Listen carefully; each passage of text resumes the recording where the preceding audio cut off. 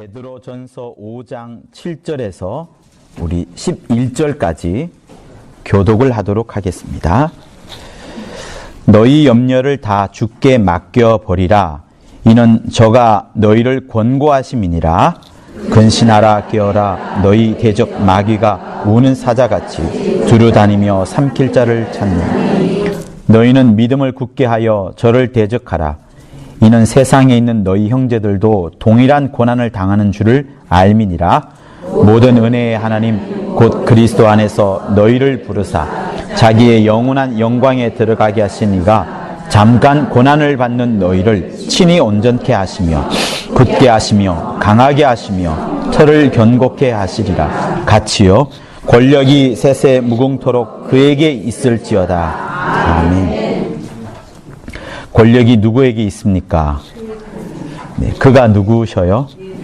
네, 그리스도 예수십니다.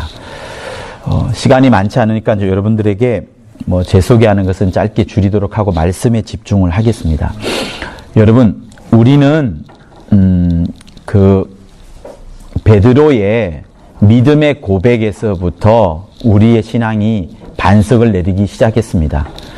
베드로가 주는 그리스도시요 살아계신 하나님의 아들이니다 라고 고백을 했을 때에 예수께서는 너의 그 고백은 너의 고백이 아니라 라고 말씀을 하셨어요.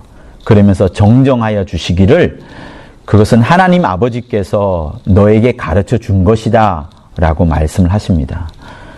예수가 내 앞에 있는 예수가 그리스도시요 살아계신 하나님의 아들이라는 그 고백은 베드로가 마음속에서 굉장한 갈등을 많이 해오던 그 순간과 또 그런 갈등을 이겨내면서 마침내 주님이 질문하셨을 때 너는 나를 누구라 하느냐라는 질문을 했을 때 마음속에 있던 그 진실된 마음들이 이렇게 팍 하고 튀어나온 겁니다. 아마 많은 고민을 했을 것이고요. 주변에 수많은 사람들이 엘리야다, 선지자 중에 하나다, 또 여러 명칭을 많이 갖다 대었겠지요. 그러면서 본인 스스로에게도 질문을 했을 겁니다. 과연 내 앞에 있는 분은 누구지? 그리스도인 것 같기도 하고, 침례 요한의 말을 들어보니까 하나님의 어린 양이라고도 하고, 그렇지만 계속해서 유대인 사회에서 어떤 율법과의 다투는 모습도 있고 바리새인들과 조화롭게 하지 않으면서 그러면서도 정말 주위에 있는 사람들을 사랑하는 모습도 보여주시고 하면서 많은 의문들이 들어갑니다. 성경의 곳곳에도 또 요한복음에도 보면은 그리스도이면 밝히 말해 주세요 라고 하는 질문에도 예수께서 내가 이미 말하지 않았느냐 라고 말할 정도로 그 정도였습니다. 어쨌든 베드로의 주는 그리스도시요 살아계신 하나님의 아들이니다라는 고백에서부터 우리의 믿음은 시작을 합니다. 그 짧은 한마디를 주님은 뭐라고 하시냐면 그 한마디가 한마디로 끝나지 않고 그것이 믿음의 반석이 될 것이라 하셨고요. 그러니까 절대로 흔들림이 없는 믿음의 반석이 될 거라고 하였고 거기에 더 나아가서 이 세상에 음부의 권세가 있을 것인데 그 음부의 권세가 도무지 이기지 못하는 그것이 바로 너의 믿음의 고백이다라는 말씀을 합니다. 사람 여러분, 우리 교회는 이런 교회의 어려운 사태를 만나면서 하나님께서 우리에게 여러 가지를 가르쳐 주는 면들이 있습니다. 그래서 든든하게 교회를 지켜내야 되는 오늘과 같은 조금 전의 시간과 같은 그런 시간들도 있지만은요. 또다시 새벽에 우리의 기도를 하여보고 또 하나님 앞에 교회의 이런 사태를 만지면서 하나님의 음성을 들으려고 우리가 몸부림을 치다 보면 하나님께서 한두 가지 우리에게 가르쳐 주시는 것들이 있습니다. 그런 것들 중에 많이 이미 목사님들께서 설명을 하셨겠지만 아마 이런 것들이 있겠죠. 베레아 운동을 하지 않으면 절대로 안 된다. 성락교회를 통해서 하나님은 당신의 일을 하신다. 두 분의 감독자를 중심으로 반드시 모여라. 그리고 지금 교회를 흔드는 세력들은 성도가 아니다. 적어도 지금은 성도가 아니다. 등등. 그리고 온 성도들이 하나로 뭉치지 않으면 안 된다. 등등의 메시지를 하나님은 우리에게 주고 계십니다. 오늘 이 본문과 말씀하여서 여러분에 드리고자 하는 메시지는 무엇인가 하면 믿음의 고백 혹은 우리의 말에 관한 겁니다. 저쪽에 있는 어떤 목사 중에 한 명은 평소에 말을 잘했어요. 말을 잘했고 수많은 논리와 수많은 이성적인 그런 면들을 갖고서 사람들을 막 이렇게 많은 동조와 이해를 받기도 했었지요. 그러나 여러분, 잠언에 보면은 그런 말이 있습니다. 내 말로 인하여서 너가 얽히고 얽힌다는 말이 있습니다. 베드로는 조금 전에 믿음의 고백을 했어요. 그 믿음의 고백을 갖고 주님은 그것은 네가 한 말이 아니고 하나님이 가르쳐 준 거다 하셨고, 그것이 음부의 권세가 이기지 못할 정도로 엄청난 반석이 된다라고 말씀을 하십니다. 여러분, 우리는 일생을 살아가면서 얼마나 내가 많은 말을 하는지, 또 얼마나 내가 중요한 말을 하는지, 얼마나 내가 필요한 말을 하는지, 얼마나 내가 영혼을 살리는 말을 하는지, 얼마나 내가 불필요하고 영혼을 상하게 많은 그런 말을 하는지에 대해서 우리는 한번 살펴볼 필요가 있습니다. 내가 뱉었던 말들이 영혼들에게 염려를 끼치기도 하고요. 또 다른 의심을 주기도 하고요. 교회를 흔드는 일들도 생기고 있습니다. 또 그런 일들이 지금 현재에 어느 정도 촉발이 되었다라고도 할 수가 있습니다. 여러분, 베드로는 믿음의 고백을 한마디 하면서 완전히 전세가 바뀌는 그런 하나님의 아들로부터 중요한 말씀을 듣게 되었습니다. 여러분들은 과연 어떠한 말을 하는지요? 말을 많이 하는 것보다, 또 한편으로는 기도할 때에 중언부언하는 것보다 수많은 하나님에 대한 생각, 하나님에 대한 말씀에 대한 생각, 또 내 자신을 천천히 살펴보면서 내가 어떤 회개를 해야 되는지, 어떤 말을 해야 되는지 잘 살펴볼 필요가 있습니다. 베드로의 그 말을 따라서 하나님은 엄청난 약속을 주셨고, 이 교회 앞으로도 계속해서 세워지는 교회를 세워나가게 될 겁니다. 여러분들은 오늘 어떤 말씀을 하였는지요? 이 새벽에 여러분의 기도 제목은 무엇이었는지요? 지난밤에 내가 했던 말들은 무엇이었는지요? 한번 살펴볼 필요가 있습니다. 유명한 선박왕, 선박을 많이 지어냈던 오나시스가 어릴 적에 굉장히 가난했어요. 그렇지만 그는 바닷가에 가서 하나님을 만난 이후부터, 하나님, 나는 돈 벌려고 기도하지 않겠습니다. 내 영광을 위해서 이 시간 기도하러 나온 것이 아닙니다. 하나님, 이 시간에 내가 기도하러 나온 것은 아무 말 하지 않더라도 나의 삶 전체가 다 주님께 영광을 돌려드리는, 주님이 기뻐하는 그런 나의 삶이 되게 하옵소서라는 짧은 고백 한마디를 하고요. 대신에 바닷가에서 오랜 시간 동안에 있었습니다. 여러분, 우리는 과연 자식들에게 어떤 말을 하나요? 믿음의 말을 하나요? 아니면 꾸지람을 하나요? 아니면 자기 영혼을 향하여서도 억울하다, 외롭다, 분통이 터진다, 답답하다 라는 말을 합니까? 모든 말들은 다 하나님께서 재단을 하시고 판단을 하십니다. 아무리 상황이 어렵더라도 우리가 해야 될 말은 무엇이냐면 베드로처럼 믿음의 고백을 하는 것이 정말로 필요합니다. 오늘 이 본문에는 우리가 많이 읽고 있는 근신하라, 깨어라, 너희 대적 마귀가 우는 사자같이 두루다니며 삼킬 자를 찾나니 라는 말씀이 있어요. 마귀가 삼킬 자를, 대적이 우는 사자처럼 두루두루 다니면서 삼킬 자를 찾고 있습니다. 그런데 누구를 삼킬 것 같아요, 여러분? 성경은 자세히 나와 있지 않지만 사실은 어느 날 저는 7절에 있는 말씀, 너희 염려를 다 주께 맡겨버려라, 이는 저가 너희를 권고하심이라 하시는 말씀에 저는 집중하게 되었습니다. 다시 말하면 내 심령 속에 염려가 가득 차 있으면 어떻게 돼요? 기도하기보다 염려의 말이 나옵니다.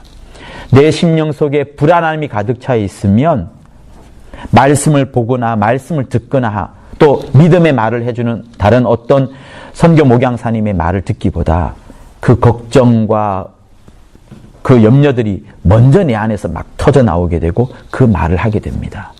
사랑하는 성도 여러분, 하나님은 우리가 가장 어려울 때에도 믿음의 말을 하기를 원하시는 거예요. 가장 불안할 때에도 그때에도 불안하다를 말하지 아니하고 또 믿음의 말을 해주기를 하나님은 원하시는 겁니다. 시편 23편에 있는 고백, 여러분 다 아시죠? 주는 그리스도시요 살아계신 하나님의 아들이라는 베드로의 고백처럼 다윗 역시도 시편 23편에서 자기의 고백을 했습니다.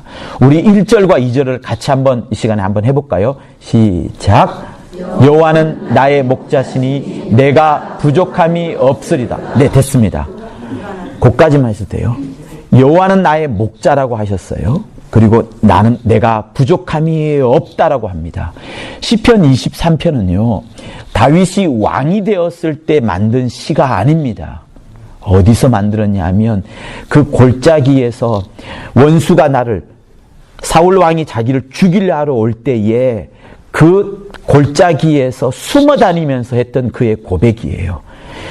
하나님은 나의 목자입니다. 나는 부족함이 없습니다라는 것이 다윗의 가장 마음의 중심에 있는 고백이었어요. 다윗으로서 우리는 이런 말씀을 할 수 있습니다. 이런 시를 할 수도 있어요. 하나님, 나는 불안합니다. 사울 왕이 나를 죽이려 해요. 또 도망다니죠. 심지어 아들도 자기를 죽이려 합니다. 하나님이 너무 억울합니다. 아들이 나를 죽이려 합니다. 그때에도 다윗은 시편 23편의 고백을 하는 겁니다. 하나님이 나의 목자이기 때문에 나는 부족함이 없습니다. 이 말은 무슨 말인가 하면요, 내가 죽어도 됩니다. 또다시 말하면 하나님, 내가 데리고 있는 모든 백성들, 내가 함께 움직이고 있는 이 백성들이 다 죽어도 됩니다. 오직 하나님 한 분만으로 충분합니다. 여호와 한 분만으로, 목자 한 분만으로 충분합니다라는 그 고백이 있을 때에 여러분, 이 대적 마귀가 우는 사자처럼 삼키고 싶은데 도무지 삼킬 수 없는 거예요. 다윗 속에는 염려가 없고 다윗 속에는 불안함이 없고 다윗 속에는 어떤 무서움이 없는 겁니다. 하나님 때문에 평안함이 충만하니까 오히려 그 무서운 상황 속에서도 그가 하는 말들은 다윗처럼, 그 베드로처럼 주는 그리스도시요. 그리스도시가 뭡니까? 당신 하나만으로 충분하다는 거예요. 내 앞에 계신 하나님의 아들 그 한 분만으로 충분하니까 더 이상 아무 것이 필요 없다라는 고백이 나올 정도로 담대한 믿음을 표현하는 겁니다. 사랑하는 여러분, 교회가 어렵습니다. 위기 가운데 있습니다. 그러나 여러분 눈에 보시기에 원로 감독님이 불안해 보입니까? 그의 설교가 바뀌어집니까? 어디에 그의 말 속에 무서움이 들어가 있습니까? 평안해요. 전적으로 하나님만 의지하는 겁니다. 그러므로 여러분, 우리가 이때에 우리가 배워야 될 것은 무엇이냐? 교회의 상황이 아무리 어렵더라도, 이보다 더 어려운 현실이 온다 하더라도, 혹시나 재판의 결과가 좋지 않다 하더라도 여러분의 목자, 여러분의 주인, 여러분의 왕, 여러분의 그리스도가 누구예요? 예수 아닙니까? 그분 하나 바라보면서, 그분만 바라보면서 우리는 힘을 얻어야 되고 함께 나아가야 되는 것들이 주님이 우리에게 던져주시는 엄청난 메시지, 중요한 메시지인 겁니다. 할렐루야. 그래서 우리 염려를 다 예수께 맡겨버리고 예수께서 우리를 권고하십니다. 그러지 않으면은 대적 마귀가 우는 사자같이 두루두루 다니며 우리를 삼켜버릴 겁니다. 누가 불안하겠습니까? 우리가 불안하겠어요? 저쪽에 있는 사람들이 불안하겠습니까? 우리는 누구를 의지합니까? 우리는 예수만을 의지하는 거예요. 그래서 우리 심령 속에 이 마음이 있을 때 원수 마귀는 떠나가는 것이고 하나님께서 우리를 권고하시면서 하나님이 또 다르게 우리에게 맡겨주실 거룩한 일을 해 나가시는 겁니다. 너희는 믿음을 굳게 하여 저를 대적하라. 원수를 대적하라라고 하나님은 말씀하십니다. 이는 세상에 있는 너희의 형제들도 동일한 고난을 당하는 줄을 알미니라. 우리 말고도요, 우리 위에 있었던, 우리보다 앞서 있던 믿음의 선진들은 이미 다 수많은 고난들을 경험하였습니다. 그렇기 때문에 한 세기를 마감하고 당신의 큰 사역을 이제 마무리하시는 원로 감독님께서 또 다른 이런 고난을 받더라도 그는 담대하게 이겨낼 힘이 있기 때문에 하나님께서 혹시나 시험을 줄 수도 있는 부분이고, 또 이 자리에 있는 우리 베레아 1세대 여러분들도 든든한 이 믿음을 갖고서 고난을 이겨나갈 수 있기 때문에 하나님께서 이렇게 뭉치고 모이고 하나 되게 하신 겁니다. 여러분들이 다시 한번 크게 믿음을 갖고서 뭉쳐주시고, 고난을 받는 것들은 이미 우리 선배들도 다 당하였다. 그러므로 우리에게 맡겨진 메시지는 오직 주님을 바라보면서 한 마음과 한 뜻이 되어 나아가는 것이 중요하다는 것을 여러분 모두 알아주시는 귀한 여러분들 되기를 예수 이름으로 축원합니다. 자, 우리 끝으로 10절과 11절을 함께 힘있게 읽어보도록 하시겠습니다. 시작. 모든 은혜의 하나님 곧 그리스도 안에서 너희를 부르사 자기의 영원한 영광에 들어가게 하신 이가 잠깐 고난을 받는 너희를 친히 온전케 하시며 굳게 하시며 강하게 하시며 털을 견고케 하시리라. 권력이 세세 무궁토록 그에게 있을지어다. 아멘. 여기에 있는 모든 우리 사랑하는 성도들은 반드시 영원한 영광에 들어가게 될 겁니다. 잠깐 고난을 받을지라도 오히려 이를 통해서 우리를 온전케 하시고 굳세게 하시고 강하게 하시고 털을 견고케 하시는 분이 하나님이심을 믿는 여러분 모두가 되기를 예수 이름으로 부탁합니다. 한 가지 중요한 게 있습니다. 이 자리에는 여러분의 자녀들이 없어요. 우리들의 후배, 우리의 미래 세대가 없습니다. 여러분이 최근에 배우고 보는 것들을 잘 기억하여 두세요. 역사는 반복이 됩니다. 이후에도 또 다른 이런 일이 있을 수가 있습니다. 원수는 쉬지 않습니다. 우리가 이미 고난을 받았기 때문에 우리가 받은 이 고난들은 우리의 영광의 면류관이 될 겁니다. 그러나 우리의 후배들 또 우리의 미래 세대들은 아무런 고난이 없다 그러면 역시 우리의 틈바구니를 틈타고 원수가 또한 공격할 수 있습니다. 그러므로 여러분이 낳은 자녀들에게 또 여러분에게 생길 자손들에게 또 여러분의 후배들에게 반드시 최근에 일어났던 일들을 잘 말씀하여 주시면서 하나 되는 것이 그토록 중요하다. 불편한 말들, 부정적인 말들, 어두운 말들을 해서는 안 된다. 오히려 믿음의 고백을, 그때도 믿음의 고백을, 어려울 때도 환난 가운데도 역경 가운데도 또 믿음의 고백을 함으로써 이겨내야 된다는 것을 반드시 여러분들이 전파해 주어야 하는 겁니다. 그것이 우리에게 맡겨준 귀중한 또한 전도이자 복음을 전파하는 예수의 증인으로서의 우리의 모습이어야 하는 겁니다. 여러분의 자손들에게도 우리의 미래 세대들에게도 이 복음을 굳세게 전하리라 하는 그런 믿음을 또한 갖기를 예수 이름으로 부탁을 드립니다. 할렐루야. 우리 예수 한번 하며 받은